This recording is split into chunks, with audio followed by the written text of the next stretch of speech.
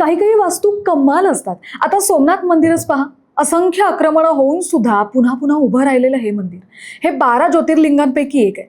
सरदार वल्लभभाई पटेल यांनी 1951 मध्ये या मंदिराचा जीर्णोद्धार केला होता आणि काल 11 मे 2026 रोजी त्याचा 75वा वर्धापन दिवस साजरा करण्यात आला आणि त्यासाठी आयोजन करण्यात आलं होतं सोमनाथ मंदिर अमृत पर्वाचं. सोमनाथ मंदिर भारताच्या संस्कृतीच्या दृष्टीनं फार महत्त्वाचं आहे. मंदिरावर कोणी किती वेळा आक्रमणं केली, त्यातून ते पुन्हा पुन्हा उभं कसं राहिलं, याचाच इतिहास आज आपण डिकोड करणार आहोत ऑन पॉइंट मधून.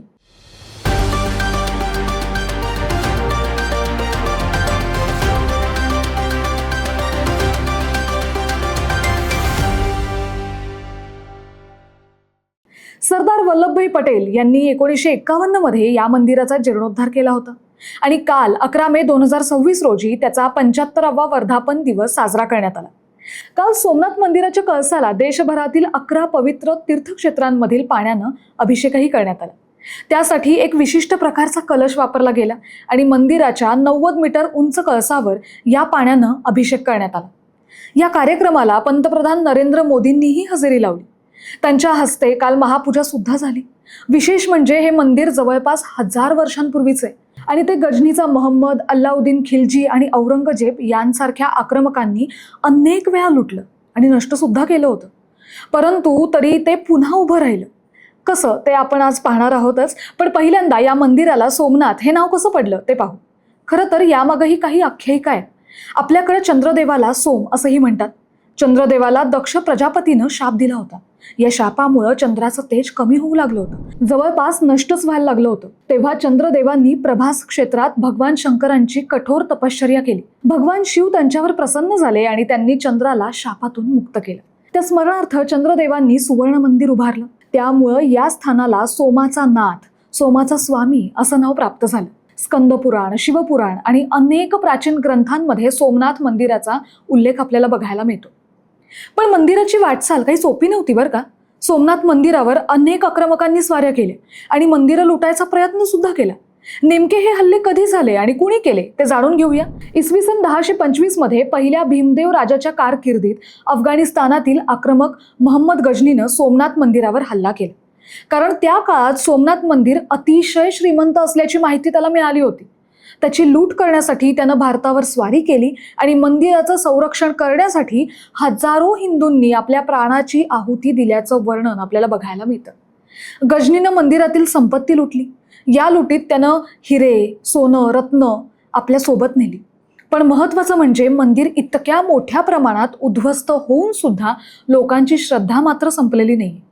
मोहम्मद गजनीनं एकूण 17 वेळा सोमनाथ मंदिरावर स्वारी केली आणि मंदिर उद्ध्वस्त करण्याचा प्रयत्न केला. या 17 स्वाऱ्यात गजनीनं एकूण 6 टन सोनं लुटल्याची माहिती मिळते. पण मोहम्मद गजनीच्या पहिल्या आक्रमणानंतर अनहिलवाडच्या कुमारपाल राजानं 1169 मध्ये सोमनाथ मंदिर पुन्हा बांधलं. त्यानंतर काळ पुढे सरकला. इराणच्या झकेरिया कझिनी या प्रवाशानं 1263 मध्ये या स्थळाला भेट दिली होती आणि त्यानं लिहून ठेवलंय की सोमनाथाची मूर्ती भव्य दिव्य आहे. मंदिरातल्या शिवपिंडीखाली विपुल द्रव्य आणि रत्नांच्या राशी आहेत. मंदिराची सर्व शिल्प अप्रतिम आहेत आणि सुंदर नक्षी कलाकृतींनी युक्त असं हे मंदिर आहे. मंदिरासमोर 200 मण वजनाची प्रचंड सुवर्ण शृंखला आणि घंटा होती. त्यानंतर पुढेही सोमनाथाच्या मंदिरावर असंख्य स्वाऱ्या झाल्या. 1299 मध्ये अलाउद्दीन खिलजी यानं मंदिर उद्ध्वस्त केलं. तेव्हा जुनागडचा चुडासमा राजा महिपाल याने त्याचा 1325 मध्ये जीर्णोद्धार केला. त्यानंतर हे मंदिर सुस्थितीत होतं. पण पुढे 1395 मध्ये दिल्लीच्या जाफर खाननं मंदिरावर हल्ला केला. त्यानंतर 1451 मध्ये महमूद शहा बेगडा नावाच्या सम्राटाने ते उद्ध्वस्त करून त्या जागी मशीद बांधली. त्यानंतरही सोमनाथ मंदिराचा जीर्णोद्धार करण्याचा प्रयत्न झाला. पण औरंगजेब बादशहाने त्याची पुन्हा मोडतोड केली आणि मंदिर लुटलं. पुढील काळात अनेक राजांना आपापल्या काळात मंदिर पुन्हा उभारण्याचा, त्याचा जीर्णोद्धार करण्याचा प्रयत्न केला. पण त्यानंतरच्या काळातही या मंदिरावर अनेक आक्रमणं झाली. विशेषतः इस्लामी आक्रमकांनी मंदिर उद्ध्वस्त करण्याचा प्रयत्न केला. पण प्रत्येक वेळी हिंदू समाजानं श्रद्धापूर्वक मंदिर पुन्हा उभारलं आणि या उभारणीमागं फक्त धार्मिक श्रद्धा नाही तर प्राचीन भारताच्या संस्कृतीचं रक्षण करणं हा सुद्धा हेतू होता. पुढे भारताला स्वातंत्र्य मिळालं, आता देश स्वतंत्र झाला होता, तेव्हा सरदार वल्लभभाई पटेल यांनी सोमनाथ मंदिराच्या पुनर्बांधणीचा संकल्प केला. अशा धार्मिक स्मृती जपल्या पाहिजेत असं त्यांचं आणि के.एम. मुन्शी यांचं आग्रही मत होतं. आणि सध्याच्या सरकारनं हाच प्रसंग अखंड श्रद्धेचं महापर्व म्हणून साजरा करण्याचं ठरवलं. या पर्वानिमित्त देशभरातून यात्रेचे कार्यक्रम आणि दिल्लीपासून स्वाभिमान यात्राही निघाली. या सगळ्याला आपण सोमनाथ मंदिर अमृत महोत्सव पर्व म्हणून संबोधतोय. त्यानंतर पुढे जाताना सोमनाथाचं आणि महाराष्ट्राचं नातंही आपण समजून घेऊया. सोमनाथ आणि महाराष्ट्राचं नातं हे फक्त भौगोलिक नाही तर इतिहासानं जोडलेलं आहे. मराठा साम्राज्याचा सोमनाथाशी असलेला संबंध हा आर्थिक, सामाजिक आणि सामरिक अशा 3 स्तरांवर आहे.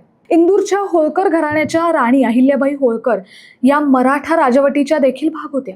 त्यांनी 1783 मध्ये सोमनाथ मंदिराच्या जीर्णोद्धाराचा निर्णय घेतला. भग्नावस्थेतलं मंदिर त्यांनी पुन्हा उभारलं.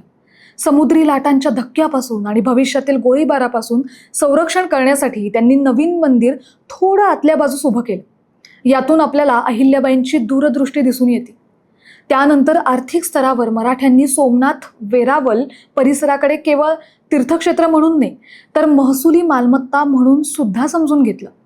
त्यानंतर सामरिक स्तरावर सोमनाथ काठियावाड हा भाग मराठा सत्तेसाठी पश्चिमेकडील बफर झोन होता. मूळ महाराष्ट्रातून बडोद्याला गेलेलं गायकवाड सरदार हे गुजरातच्या काठियावाड परिसरावर दीर्घकाळ राज्य करत होतं.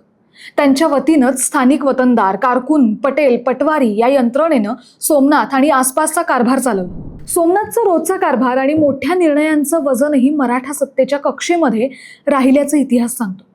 ईस्ट इंडिया कंपनीने 19व्या शतकात मराठा साम्राज्य मोडीत काढण्यास सुरुवात केली. तेव्हा सोमनाथ परिसरातील देवस्थान जमिनी आणि महसूल हा करारांमधला महत्वाचा मुद्दा बनला होता. या मंदिराच्या वैशिष्ट्यांबद्दल बोलायचं झाल्यास अरबी समुद्राच्या किनाऱ्यावर वसलेलं हे भव्य प्रशस्त मंदिर आहे. हे चालुक्य शैलीतलं मंदिर आहे. मंदिराचं शिखर तब्बल 155 फूट उंच आहे. या शिखरावरील ध्वजाची उंची 27 फूट आहे. या मंदिर परिसरात बाणस्तंभ आहे. हा बाणस्तंभ अंटार्क्टिकापर्यंत दक्षिणेकडील एकमेव स्तंभ असल्याचं म्हटलं जातं. या मंदिरात होणारी आरती आणि लाईट आणि साऊंड शो हे इथलं मुख्य आकर्षण आहे. आता ह्या वैशिष्ट्यांशिवाय इथं काही गूढ, अद्भुत अशा अनेक गोष्टी पण आहेत बरं का. सोमनाथाचं प्राचीन मंदिर हे 56 लाकडी खांबांवर उभं होतं. मंदिरातली मुख्य मूर्ती ही कोणत्याही आधाराशिवाय अधांतरित होती. प्राचीन सोमनाथ मंदिराचं छत सोन्याचं होतं. मंदिरात 40 मण सोन्याची घंटा होती. काल पंतप्रधान नरेंद्र मोदींनी सोमनाथ मंदिराच्या जीर्णोद्धाराला 75 वर्ष पूर्ण झाल्याच्या निमित्तानं आयोजित विशेष सोहळ्याला उपस्थिती लावली. त्यांच्या हस्ते मंदिरात महापूजा आणि इतर धार्मिक विधी करण्यात आले. त्यानंतर जलाभिषेक आणि कुंभाभिषेक विधीही झाला. याचे व्हिज्युअल्स तुम्ही काल आणि आज बघितलेच असतील. तर असा आहे आपल्या सोमनाथ मंदिराचा इतिहास. इतकी आक्रमणं होऊनही आज हे भरभक्कमपणे उभं आहे आणि आपल्याला एक प्रकारे इतिहासाचीच आठवण करून देत आहे. आज इथेच थांबूया. कसा वाटला व्हिडिओ कमेंट करून नक्की सांगा आणि ऑड इव्हनला सबस्क्राईब करा.